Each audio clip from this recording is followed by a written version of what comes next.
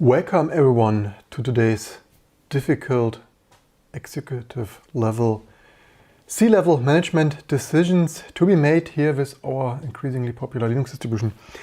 Unfortunately, despite all our efforts daily as senior, fully transparently live on this channel, working day and night, 9 to 5, 24 hours, sometimes even the night, we failed, not good enough, it doesn't build.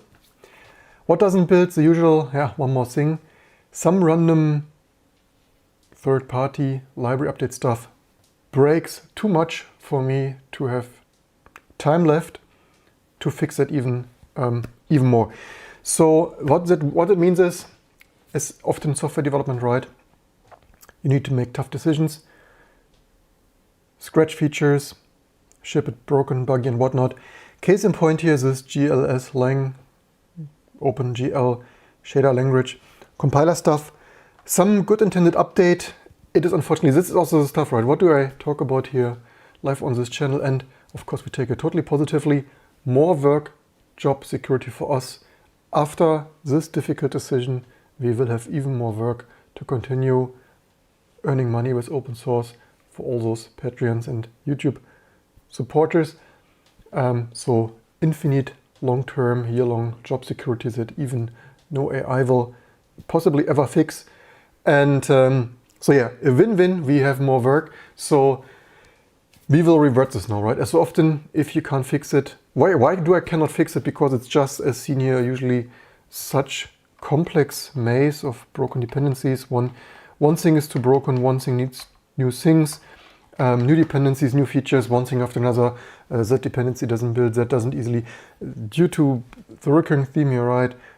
10 build systems were not enough, now we need 20, make, Gem, Booth, Ninja, Meson, Scons, CMake, you get the idea, right? Shitty makefiles, autoconf makefiles, even reverse makefiles and other crazy stuff. It's like, yeah, because that needs then different LVM tooling, that needs another dependency, that doesn't build, that doesn't find its tool. It's like, yeah, eventually executive level decision, we will not ship this update. And that's also the thing, right? Why do they not ship the latest version? It's like, yeah, it's so cursedly broken, similar to Steam Deck's audio, previous video, more live channel. It's, yeah, it is what it is, because basically, like, and this is not architecture dependent, right? So we have 35 release architectures, can't even build anything much of all because basic dependencies fail early. Welcome to the open source world of 2024. If you see this in the future, decades later, I hope by 2034 or 2044, software engineers and computer scientists will eventually figure out how to write reliable, portable, universal, more compatible, and maybe freaking just compiling software. Until then, I'm sorry, this update needs to go for now, because otherwise, yeah. We can also, why software development often delayed, because here, if it's broken, if it ain't building, then it's like air. If a car isn't driving, you can't ship a car, right? I mean, unless you are Tesla and ship broken stuff. So unfortunately, so yeah, that means there's 2 revisions here. And so even the thing is, if you just build them in systems they build, right? It's just like freshly bootstrapping out of nothing, then and cross-compiling. We will fix it eventually, but for now, I'm sorry, you have to go. Also, as seen yesterday, right, the SPIR-V stuff, incompatible. And someone even commented, like, I was fighting here with, why does the latest version of SPIR-V tools not build with? I mean, that's the continuation of the stuff, right? New SPIR-V tool version doesn't work with that header. Like, how can the latest SPIR-V tools not build with the latest SPIR-V headers is beyond my understanding. Apparently, SPIR-V headers and tooling rocket science, more difficult than flying to moon or something of that sort. So yeah, unfortunately, there we go, reverting that and the other. And then I hope the previous version build. This update could have happened to me, right? It's a thing you updated, it builds for you on your workstation, but in the total scheme of things of actually building freaking everything, it doesn't. So the sad thing is, I mean, first of all, we need to keep our thumbs pressed and fingers crossed or whatnot you do as good charm there in your country. We now need to keep our, we need to keep praying, so to say, that everything else still builds, not like we download that and it throws the other end of the dominoes over. But yeah, that is software engineering, even on Apple and Microsoft. Complex dependencies, right? You update Visual Studio, or God forbid you use the latest Xcode version and half of your stuff doesn't work anymore, including Interface Builder XIB nonsense. Yes, I'm not making this up. I just had this recently. Actually, we're still fighting some. Yeah, also pro tip: don't use Apple's Interface Builder because that is 20-year technology that even Apple's not recommending anymore. Anyway, so yeah, difficult decisions. Similar to product like that. That is product management, right? Whether it's your business software or your open source project, and at the end of the day, you need to ship it eventually.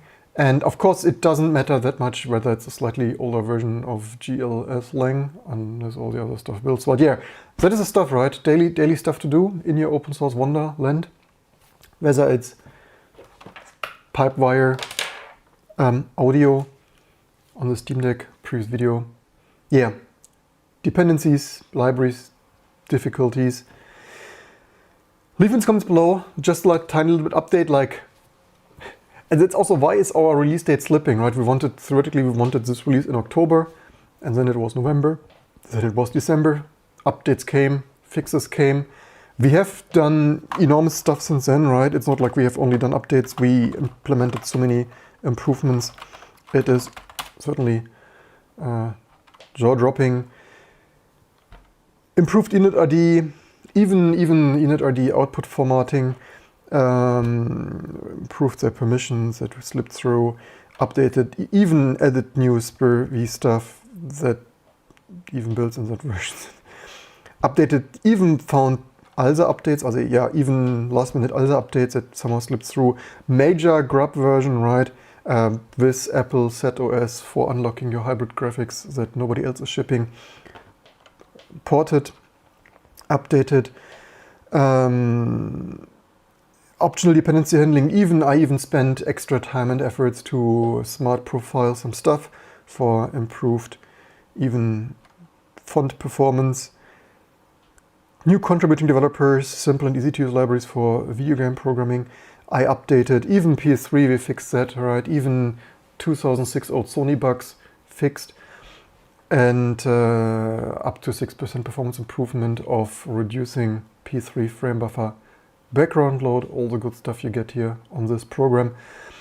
Defaulting to Pipewire, finally even got it to work. So now we are the lucky few actually have working audio, except on the Steam Deck there's some manual YOLOing due to upstream bugs required. Yesterday night's video, right?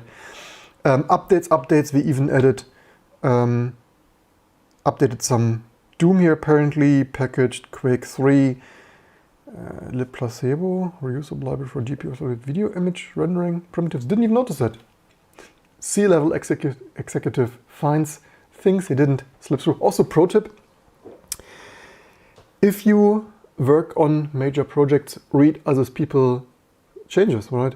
Whether it's Firefox, Chromium, the Windows, Mac OS kernel, or whatever, just your tiny little bit favorite Linux distribution. Obviously read and review. I do this actually recurrently, so once a day I go to our Even T2 history, didn't even remember that, so, and then also like review this, right? Nothing like git diffing or svn diffing, like what was added there. Reviewing, like that's also reviewing each other's stuff, right? Friends do that. Watching out for typos, other implementation deficiencies. Multi-language Vulkan loader generator. Yeah, major glibc obviously, so usual Linux kernel updates. I updated all the KDE metadata, so now you find the KDE packages easier. Our data AI, of course, also hard at work, latest Pipewire and curl versions. And so on and so forth, improvements, updates, optional dependency handling. All over the place. GIMP, Alacrity, Qt, the latest and greatest, except for it didn't build. Anyway, I hope the build is on track. That's certainly the reasonable choice, right? You cannot always make reasonable choices, right? last pro tip for today, make reasonable choices. If it costs you multiple days, basically in developer terms that are then hundreds if not thousands of dollars, maybe do that, schedule that for a later date. It makes no sense after 3 months of delays to delay it even more weeks. And also certainly I'm a little bit out of power, out of energy to fix after everyone, like some update there, breaking in new ways. And that is why you have merchandise there, t-shirts, sweatshirts. The only constant is change and regressions, or hashtag peak bugs. That is for this video. Unfortunately, I will probably wipe the build entirely just to be sure, because x86 build somehow built, the native build probably sneaked some stuff through. Yeah, fixing that will require probably a whole afternoon of my work, which I don't have right now, and we want to release, of making sure with cross-compiling and bootstrapping out of nothing. It's also the thing, right? When some people say, but builds for me or use this Docker container, I don't want some random dude's Docker container, or it also builds on my workstation, but it needs to bootstrap cleanly in a clean sandbox out of nothing without any host dependencies. We build software clean and not like it builds for me if I have these files around and using some tool from the host system. No, that's not how we do reproducible builds. We have higher ambitions and not have random stuff building randomly with whatever, random bugs, and nobody can reproduce it. So last but not least, the other day we actually did LLVM back support here. I also did not yet test Motorola 68K. We probably want to test that live here on this channel. And because the last time I built this, I guess that's yesterday or the other day, Motorola 68K, of course, for all this Amiga, Atari, and otherwise just FPGA lovers. Need to check the last time we built this, LVM didn't build. And it turns out the reason also, oops, somehow I not pressed it probably some, what did I do, you know, not sure what I, Tmux power using. And the other day we actually wired up here quite some new architectures, which is kind of nice, and of course I will commit soon. But then I realized even that needs further polishing, because what we had here was previously only building what is necessary, basically saving you some 20-30% of build time and binary source of size of not supporting stuff that you don't need. Like all the stuff basically that you will never need. I said already that day, but Zig wants all of them. Zig, the new alternative programming language for their Zig code get generation. Basically Zig will error out of like backend not supported there, recompile LVM with all the stuff. And now I figured there's even there good attention, and actually the other day it was not disabled, right? So this is this was not enabled, this was disabled, and now I figured out why, because it also breaks the build. So basically this was mostly leftover unused code here, which we know further improved though. But I still can't re-enable it. So once upon a time I had this enabled, but I can't re-enable it because currently it breaks also cross-bootstrap, because if we build the host compiler with, let's say, x86 or something, then it also, like for RISC-V, wants currently to have this code backend. So we further attention to detail, further guru meditation, further, Tetris-like, Sudoku-like puzzling of open source configuration puzzle. More glue logic is needed to guide LVM to precisely do what we want it to do and not do its own CMake things behind our back of building stuff that we didn't even ask for and need to, with some little SED streaming editor magic and patching, further convince it to build the way we want. Anyway, that's the update. We have some final test runs to run.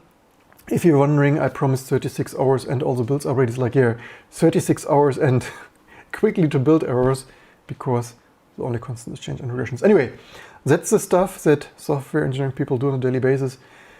Looking forward to hear your stories, your comments. Hope you enjoyed to learn something. So software development is not only writing nice code, it's also management overhead, and even for open source projects at the end of the day, someone needs to build it, someone needs to sign it off, and if it doesn't even build, then we can neither build it nor sign it off. Anyway, hope you enjoyed this, learned something. Have a good Sunday, enjoy the sun, do some nice things, and I hope to see you soon for all the next amazing release things to come. And I hope you learned something.